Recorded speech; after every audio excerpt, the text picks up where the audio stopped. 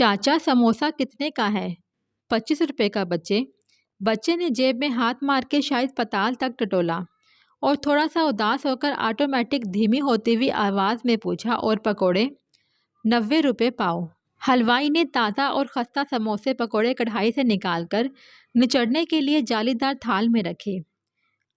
अब की बार बच्चा भुजी हुई शक्ल लेकर वापस मुड़ने लगा तो बच्चे का छोटा भाई इसका बाजू खींचने लगा। भाई ओ भाई, ले लेना पकोड़े, भूख लग रही है।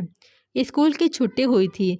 बड़ा बगैर कुछ बोले नन्हे नन्हे मगर ढाई ढाई मन के पैर उठाता हुआ खुद को पकौड़ों की दुकान से घसीट रहा था, जबकि छोटा बच्चा इसको खींच रहा था। हलवाई का पकौड़े बनाता हाथ यकलख्त रुक गया। ओए बच्चे ओए, गली के शोर में इसकी आवाज़ बिखर गई। एक दूसरे बच्चे को इशारा करके इसने दोनों भाइयों को वापस बुलाया। क्या हुआ है, समोसे पकौड़े नहीं लेने? बच्चा शर्मा सा गया।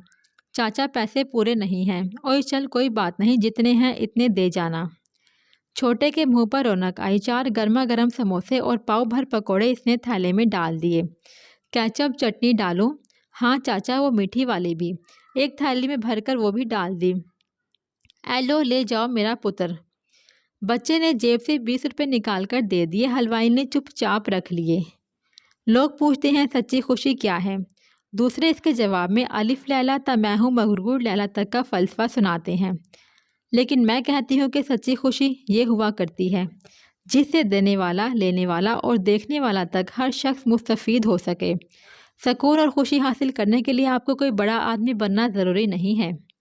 सुकून और खुशी तो एक पकौड़े वाला भी हासिल कर सकता है।